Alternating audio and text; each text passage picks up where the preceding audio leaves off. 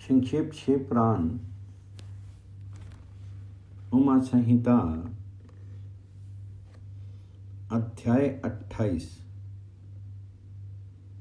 भगवती उमा के कालिका अवतार की कथा। समाधि और सुरथ के समक्ष मेधा का देवी की कृपा से मधु कैडव के वध का प्रसंग सुनाना। इसके अनंतर छाया पुरुष सर्ग, कश्यप वंश, मनवंतर, मनुवंश, सत्यव्रत आदि वंश, पितृकल्प तथा व्यास उत्पत्ति आदि का वर्णन सुनने के पश्चात मुनियों ने सूत जी से कहा, ब्रह्मवेताओं श्रेष्ठ सूत जी, हमने आपके मुख से भगवान शिव की अनेक इतिहासों से युक्त रमणीय कथा सुनी, जो उनके नाना अवतारों से संबंध रखती हैं तथा मनुष्यों को भोग और मोक्ष प्रदान करने वाली हैं। अब हम आपसे जगत जननी भक्ति उमा का मनोहर चरित्र सुनना चाहते हैं, पर ब्रह्म परमात्मा में ईश्वर की जो आध्या सनातनी शक्ति है वे उमा नाम से विख्यात है। वे ही त्रिलोकी को उत्पन्न करने वाली पराशक्ति है। महामते, दक्ष कन्या सती और हिममान की पुत्री पार्वती, ये उमा के 2 अवतार हमने सुने हैं। सूत जी, आप उनके दूसरे अवतारों का वर्णन कीजिए। लक्ष्मी जननी जगदम्बा उमा के गुणों को सुनने से कौन बुद्धिमान पुरुष विरत हो सकता है? ज्ञानी पुरुष भी कभी कभी उसके कथा श्रवण के शुभ अवसर को नहीं छोड़ते हैं। सूत जी ने कहा, महात्माओं, तुम लोग धन्य हो और सदा कृतकृत्य हो, क्योंकि परा अम्बा उमा के महान चित्त के विषय में पूछ रहे हो। जो इस कथा को सुनते हैं, पूछते हैं और बांचते हैं, उनके चरण कमलों की धूलि को ही ऋषियों ने तीर्थ माना। जिनका चित्त परम संमित स्वरूपा श्री उमा देवी के चिंतन में लीन है, वे पुरुष धन्य हैं, कृतकृत्य हैं।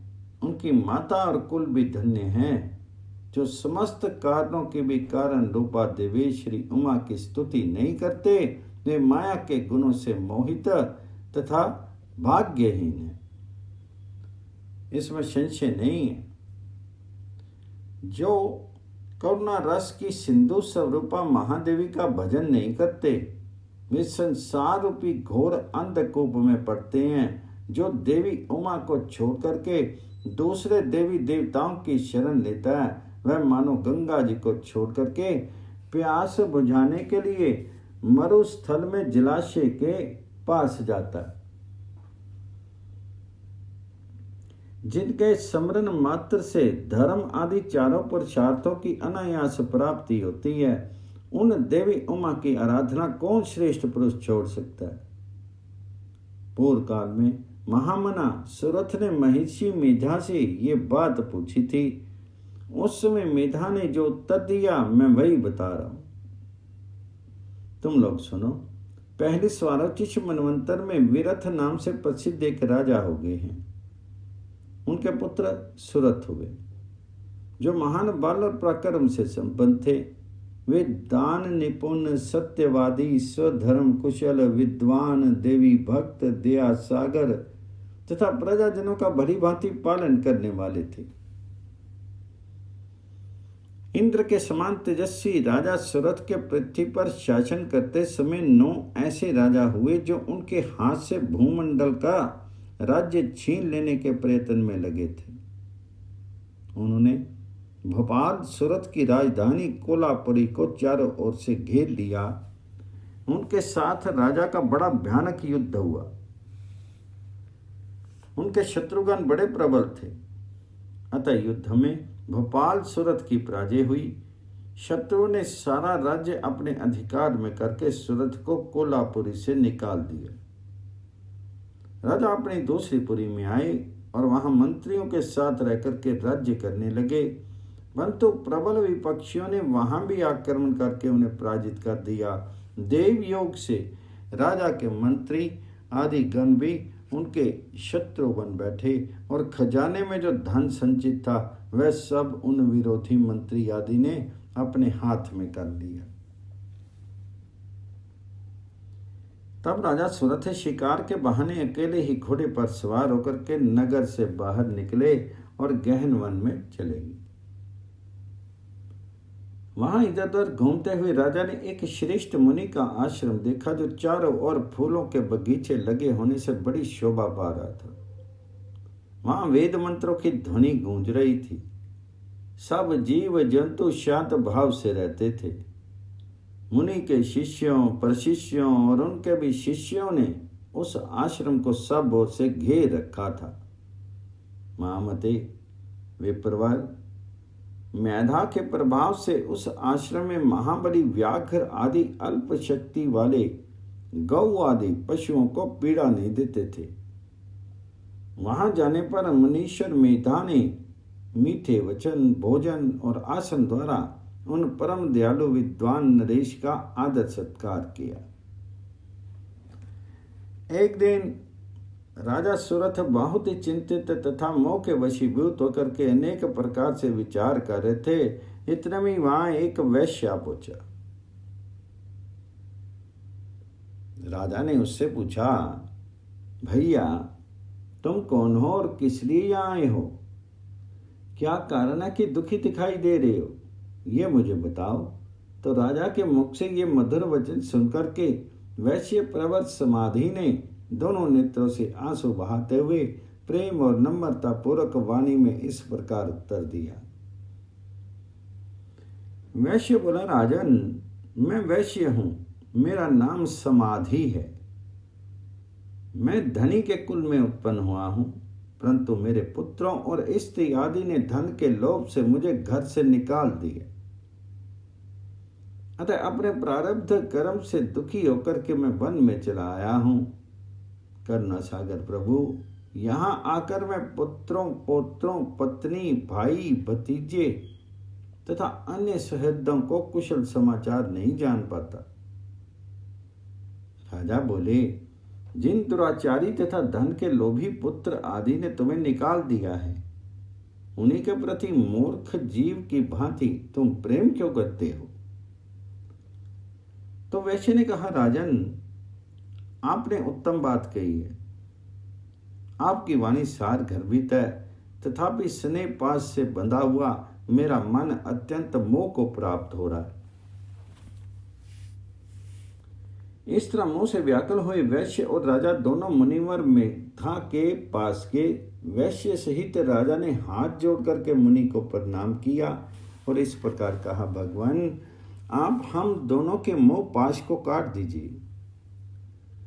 मुझे राज्य लक्ष्मी ने छोड़ दिया और मैंने गहन वन की शरण ली, तथापि राज्य छीन जाने के कारण मुझे संतोष नहीं है। और ये वैश्य है जिसे स्त्री आदि सज्जनों ने घर से निकाल दिया, तथापि उसकी ओर से इसकी ममता दूर नहीं हो रही। इसका क्या कारण है, बताइए।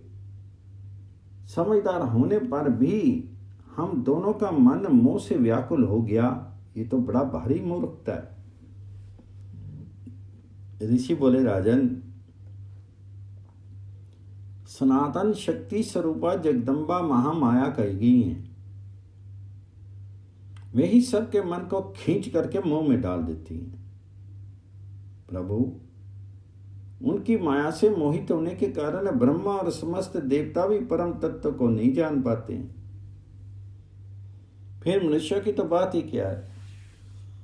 वे परमेश्वरी ही राज्य, सत्य और तम, इन तीनों गुणों का आश्रय ले समय के अनुसार संपूर्ण विश्व की सृष्टि, पालन और संहार करती है। निपश्रेष्ठ, जिसके ऊपर वे इच्छा के अनुसार रूप धारण करने वाली वरदायिनी जगदम्बा प्रसन्न होती है, वही मोह के घेरे को लांघ पाता है। राजा ने पूछा, मुनि, जो सबको मोहित करती है वे देवी महामाया कौन है और किस प्रकार उसका प्रादुर्भाव हुआ है, ये कृपा करके मुझे बताइए। तो ऋषि बोले, जब सारा जगत एक कार्णव के जल में निमग्न था और योगेश्वर भगवान केशव शेष की शैया बिछाकर योग निद्रा का आश्रय लेकर के शयन कर रहे थे, उन्हीं दिनों भगवान विष्णु के कानों के मल से 2 असुर उत्पन्न हुए, जो भूतल पर मधु और कैटव के नाम से विख्यात हैं। वे दोनों विशालकाय और घोर असुर परले काल के सूर्य की भांति तेजस्वी थे। उनके जबड़े बहुत बड़े थे। उनके मुख दाढ़ों के कारण ऐसे विकराल दिखाई देते थे मानो वे संपूर्ण जगत को खा जाने के लिए उद्यत हो। उन दोनों ने भगवान विष्णु की नाभि से प्रकट हुए कमल के ऊपर विराजमान ब्रह्मा को देखकर पूछा, अरे तू कौन है?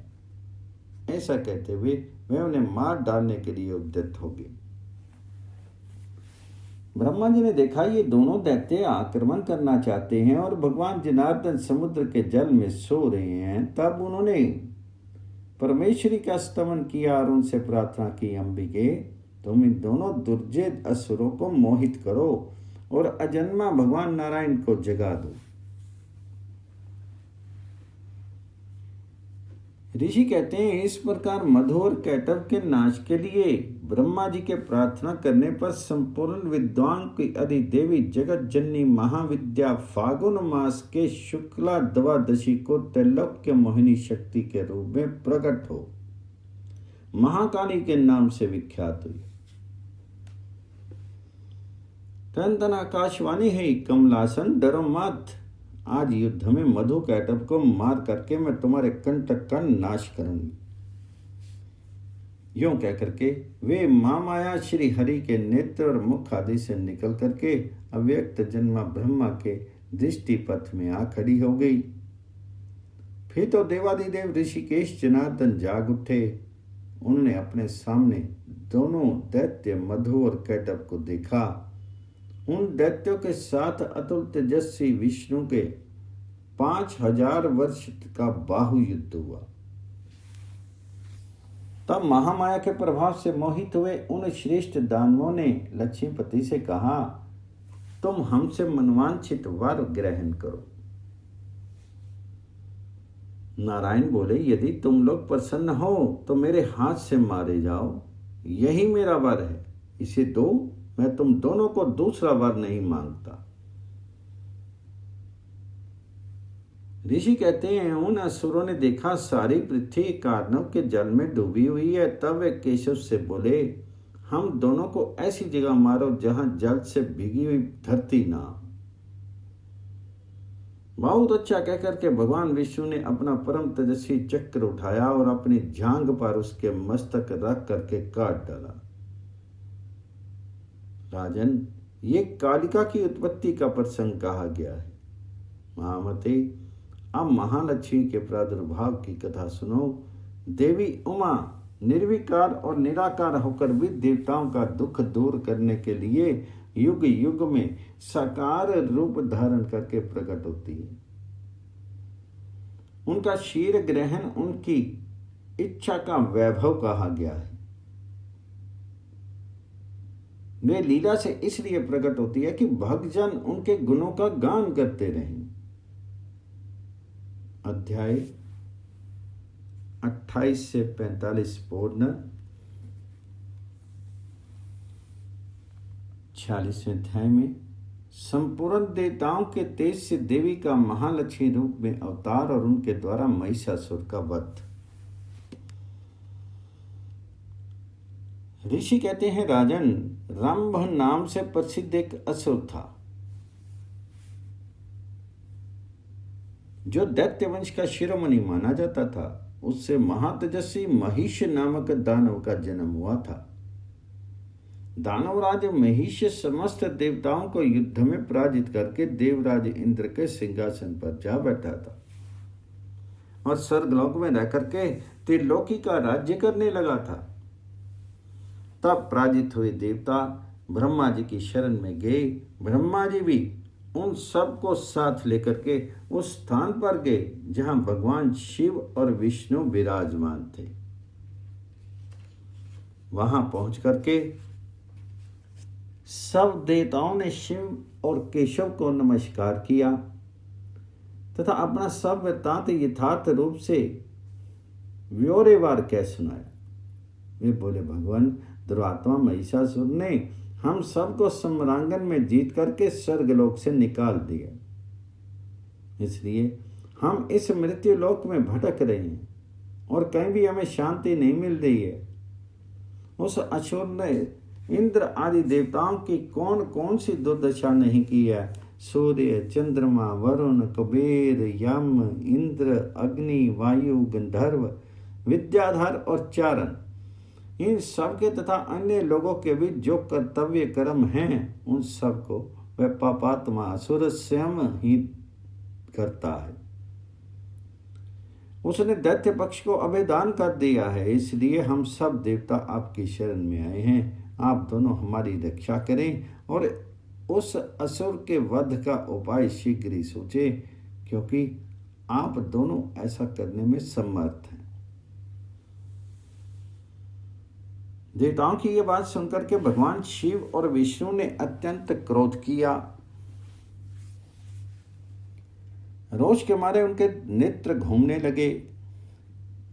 तब अत्यंत क्रोध से भरे हुए भगवान शिव और विष्णु के मुख से तथा अन्य देवताओं के शीत से तेज प्रकट हुआ। तेज का वह महान पुंज अत्यंत प्रज्वलित होकर के 10 दिशाओं में प्रकाशित हो उठा। दुर्गा जी के ध्यान में लगे हुए सब देवताओं ने उस तेज को प्रत्यक्ष देखा। संपूर्ण देवताओं के शिरों से निकला हुआ वह अत्यंत भीषण तेज एकत्र हो एक नारी के रूप में परिणित हो गया। वह नारी साक्षात महिषमर्दिनी देवी थी। उनका प्रकाशमान मुख भगवान शिव के तेज से प्रकट हुआ था। भुजाएं विष्णु जी के तेज से उत्पन्न हुई थी। केश यमराज के तेज से आविर्भूत हुए थे। उनके दोनों स्तन चंद्रमा के तेज से प्रकट हुए थे। कटी भाग इंद्र के तेज से तथा जंघार और वरुण के तेज से पैदा हुए थे। पृथ्वी के तेज से नितंबिका और ब्रह्मा जी के तेज से दोनों चरणों का आविर्भाव हुआ था। पैरों की अंगुलियां सूर्य के तेज से और हाथ की उंगलियां वसुओं के तेज से उत्पन्न हुई थी। नासिका कुबेर के, दांत प्रजापति के, तीनों नेत्र अग्नि के, दोनों बोहें सांध्यघन के, दोनों कान वायु के तथा अन्य देवताओं के तेज से प्रकट हुए थे। इस प्रकार देवताओं के तेज से प्रकट हुई कमलाल्या लक्ष्मी ही वह परमेश्वरी थी। संपूर्ण देवताओं की तेजो राशि से प्रकट हुई उस देवी को देख करके सब देवताओं को बड़ा हर्ष प्राप्त हुआ, परंतु उनके पास कोई अस्त्र नहीं था। ये देख करके ब्रह्मा आदि देवेश्वरों ने शिवा देवी को अस्त्र शस्त्र से संपन्न करने का विचार किया। तब महेश्वर ने महेश्वरी को शूल समर्पित किया। भगवान विष्णु ने चक्र, वरुण ने पाश, अग्निदेव ने शक्ति, वायुदेव ने धनुष और बाणों से भरे हुए 2 तरकश, सचिपति इंद्र ने वज्र एवं घंटा प्रदान किया। यमराज ने काल दंड, प्रजापति ने अक्षमाला, ब्रह्मा ने कमंडलू और सूर्यदेव ने समस्त रोमकूपों में अपनी किरणें अर्पित की। काल ने उन्हें चमकती हुई ढाल और तलवार दी। क्षीर सागर ने सुंदर हाथ तथा कभी पुराने न होने वाले 2 दिव्य वस्त्र भेंट किए। साथ ही उन्होंने दिव्य चूड़ामणि, 2 कुंडल, बहुत से कड़े, अर्धचंद्र, केयूर, मनोहर नपूर, गले की हंसली और सब अंगुलियों में पहनने के लिए रत्नों की बनी अंगूठियां भी दी। विश्वकर्मा ने उन्हें मनोहर फरसा भेंट किया। साथ ही अनेक प्रकार के अस्त्र और भेद्य कवच दिए। समुद्र ने सदा सौम्य एवं सरस रहने वाली माला दी और एक कमल का पुष्प भेंट किया। हिमवान ने सवारी के लिए सिंह तथा आभूषण के लिए नाना प्रकार के रत्न दिए। कुबेर ने उन्हें मधु से भरा पात्र अर्पित किया और सर्पों के नेता शेषनाग ने विचित्र रचना कौशल से सुशोभित एक नागहार भेंट किया, जिसमें नाना प्रकार की सुंदर मणियां गुथी थी।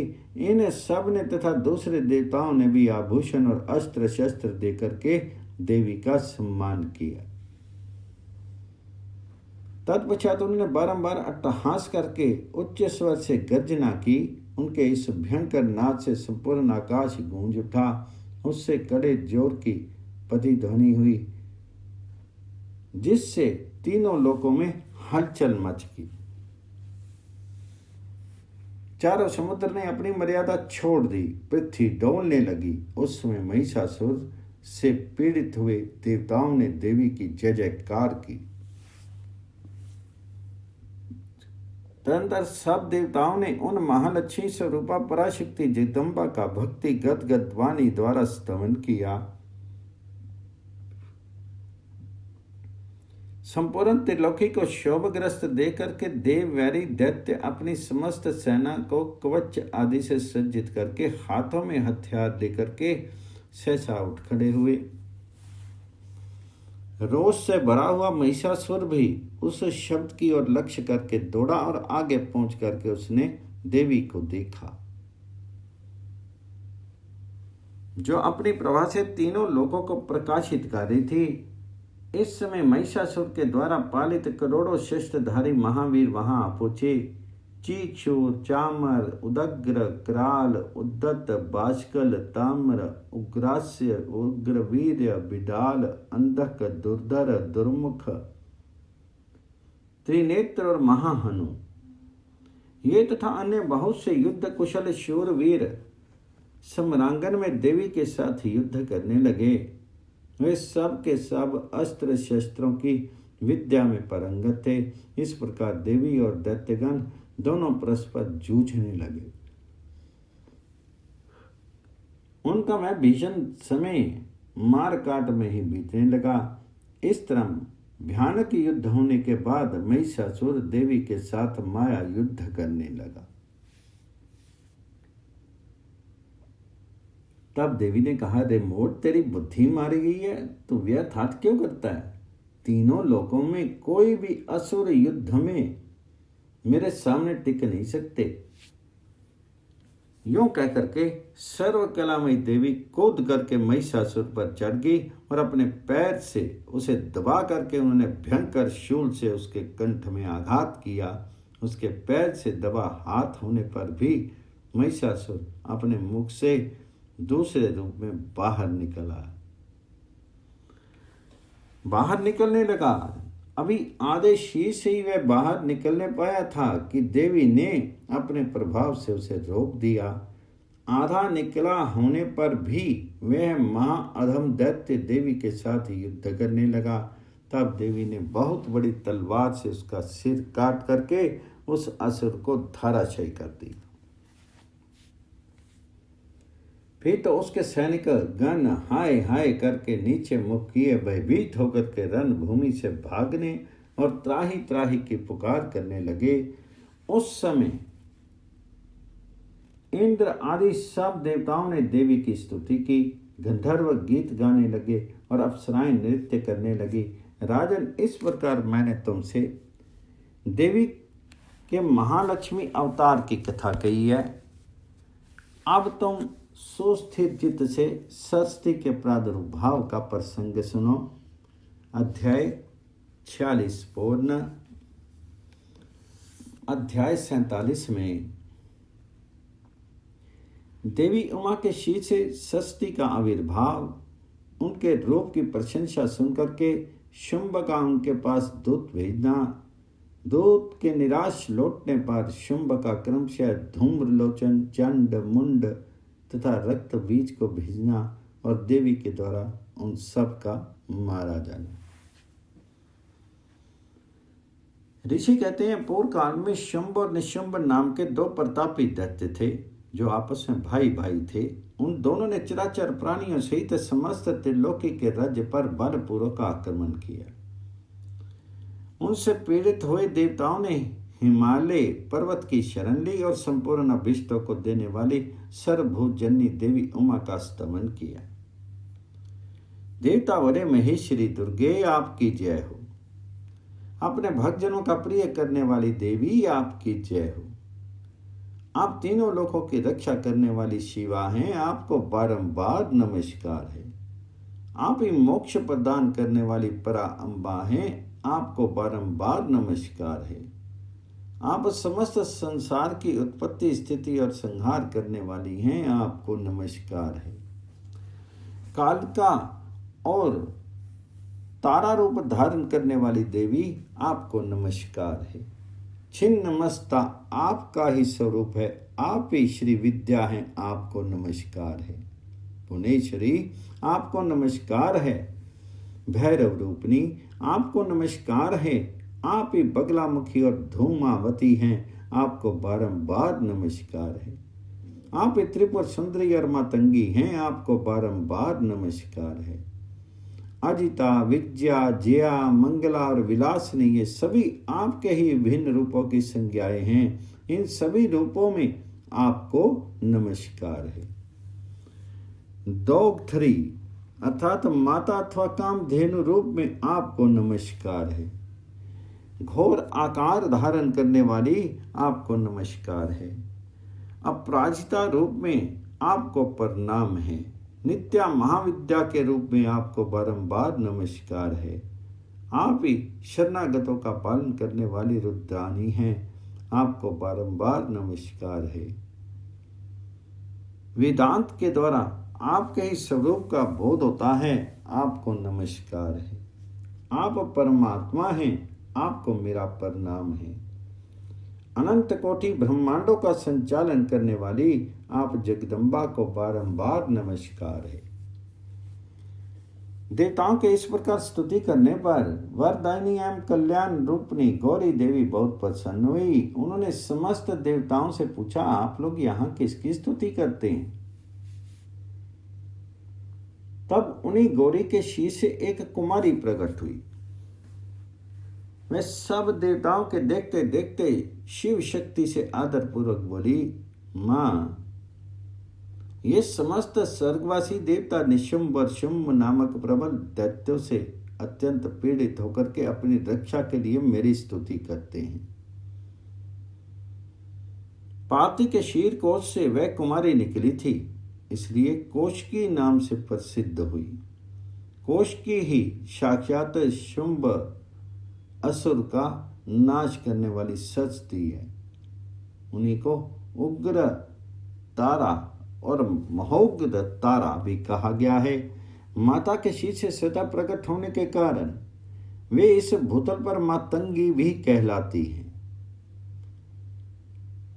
उन्होंने समस्त देवताओं से कहा, तुम लोग निर्भय रहो, मैं स्वतंत्र हूं, अतः किसी का सहारा लिए बिना ही तुम्हारा कार्य सिद्ध कर दूंगी। ऐसा कहकर के वह देवी तत्काल वहां अदृश्य होगी।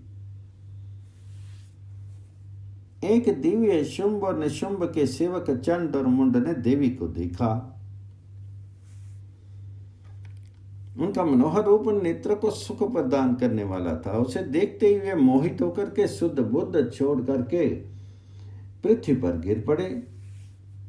फिर होश में आने पर वे अपने राजा के पास गए और आरंभ से ही सारा वृत्तांत बताकर बोले, महाराज, हम दोनों ने एक अपूर्व सुंदरी नारी देखी है, जो हिमालय के रमणीय शिखर पर रहती है और सिंह पर सवारी करती है। चंड मुंड की यह बात सुनकर के महान असुर शुंभ ने देवी के पास सुग्रीव नामक अपना दूत भेजा और कहा, दूत, हिमालय पर कोई अपूर्व सुंदरी रहती है, तुम वहां जाओ और उससे मेरा संदेश कह करके उसे प्रयत्न पूर्वक यहाँ ले आओ। ये आज्ञा पाकर के दानव शिरोमणि सुग्रीव हिमालय पर गया और जगदम्बा माहेश्वरी से इस प्रकार बोला। दूत ने कहा, देवी, दैत्य शुंभासुर अपने महान बल और विक्रम के लिए तीनों लोकों में विख्यात है। उसका छोटा भाई निशुंभ भी वैसा ही है। शुंभ ने मुझे तुम्हारे पास दूत बना करके भेजा है, इसलिए मैं यहाँ आया हूँ। सुरेश्वरी, उसने जो संदेश दिया है उसे इस पर समय सुनो।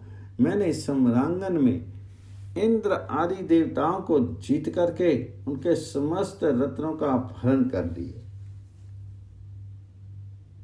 यज्ञ में देवता आदि के दिए हुए देव भाग का मैं स्वयं ही उपभोग करता हूं। मैं मानता हूं कि तुम स्त्रियों में रत्न हो, सब रत्नों के ऊपर स्थित हो, इसलिए तुम काम जनित रस के साथ मुझको अपना अथवा मेरे भाई को अंगीकार करो। दूत के मुंह से शुंभ का यह संदेश सुनकर के भूतनाथ भगवान शिव की प्राण वल्लभा महामाया ने इस प्रकार कहा। देवी बोली, दूत, तुम सच कहते हो, तुम्हारे कथन में थोड़ा सा भी यह सत्य नहीं है, परंतु मैंने पहले से एक प्रतिज्ञा कर ली है, उसे सुनो। जो मेरा घमंड चूर कर दे, जो मुझे युद्ध में जीत ले, उसी को मैं पति बना सकती हूं, दूसरे को नहीं। यह मेरी अटल प्रतिज्ञा है।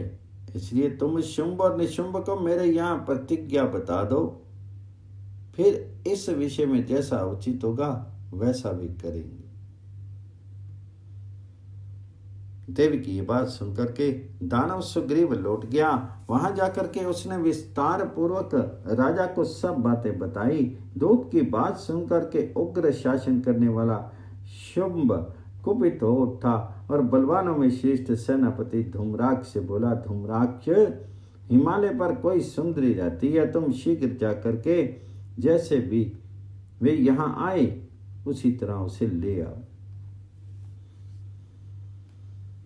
असुर प्रवर, उसे लाने में तुम्हें भय नहीं मानना चाहिए। यदि वह युद्ध करना चाहे तो तुम्हें प्रयत्न पूर्वक उसके साथ युद्ध भी करना चाहिए। शुंभ की ऐसी आज्ञा पा करके दैत्य धूम्रलोचन हिमालय पर गया और उमा के अंश से प्रकट हुई भगवती भुवनेश्वरी से कहा, नितंबिनी, मेरे स्वामी के पास चलो, नहीं तो तुम्हें मरवा डालूंगा। मेरे साथ 60,000 असुरों की सेना है। देवी बोली, वीर, तुम्हें दैत्यराज ने भेजा है। यदि मुझे मार ही डालोगे तो क्या करूंगी, परंतु युद्ध के बिना मेरा वहां जाना असंभव है, मेरी ऐसी ही मान्यता है।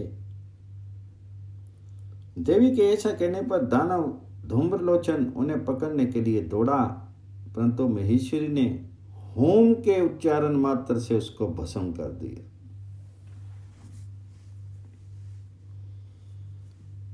तभी से वे देवी इस भूतल पर धूमावती कहलाती है। उनकी आराधना करने पर वे अपने भक्तों के शत्रु का संहार कर डालती है। धूम्राक्ष के मारे जाने पर अत्यंत कुपित हुई देवी के वाहन सिंह ने उसके साथ आए हुए समस्त असुर गुणों को चबा डाला। जो मरने से बचे हुए भाग खड़े हुए, इस प्रकार देवी ने दैत्य धूम्रलोचन को मार डाला। इस समाचार को सुनकर के प्रतापी शुंभ ने बड़ा क्रोध किया। वह अपने दोनों होठों को दांतों से दबा करके रह गया। उसने क्रमशः चंड, मुंड तथा रक्त बीज नामक असुरों को भेजा। आज्ञा पाकर के वह दैत्य उस स्थान पर गए जहां देवी विराजमान थी। अनिमा आदि सिद्धियों से सेवित तथा अपनी प्रभा से संपूर्ण दिशाओं को प्रकाशित करते हुए भगवती सिंह वाहिनी को देख करके वे श्रेष्ठ दावन नव वीर बोले, देवी, तुम शीघ्र ही शुंभ और निशुंभ के पास चलो, अन्यथा तुम्हें गण और वाहन सहित मरवा डालेंगे। वामी, शुंभ को अपना पति बना लो। लोकपाल आदि भी उनकी स्तुति करते हैं। शुंभ को पति बना लेने पर तुम्हें उस महान आनंद की प्राप्ति होगी जो देवताओं के लिए भी दुर्लभ है।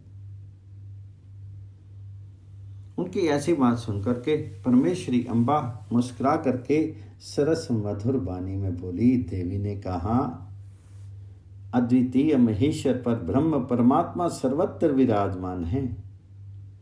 जो सदाशिव कहलाते हैं। वेद भी उनके तत्व को नहीं जानते हैं, फिर विष्णु आदि की तो बात ही क्या है। उन्हीं सदाशिव की ही मैं सूक्ष्म प्रकृति हूं। फिर दूसरे को पति कैसे बना सकती हूं? सिंहनी कितनी ही काम आतुर क्यों ना हो, वह गीदड़ को कभी अपना पति नहीं बनाएगी। हथनी गधे को और बाघिन खरगोश को नहीं वरेगी। दैत्यो, तुम सब लोग झूठ बोलते हो, क्योंकि काल रूपी सर्प के फंदे में फंसे हुए हो। तुम या तो पाताल को लौट जाओ, या शक्ति हो तो युद्ध करो।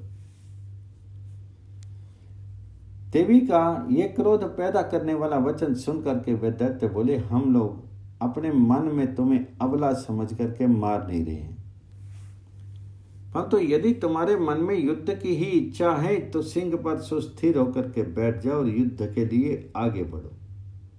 इस तरह वाद विवाद बढ़ते हुए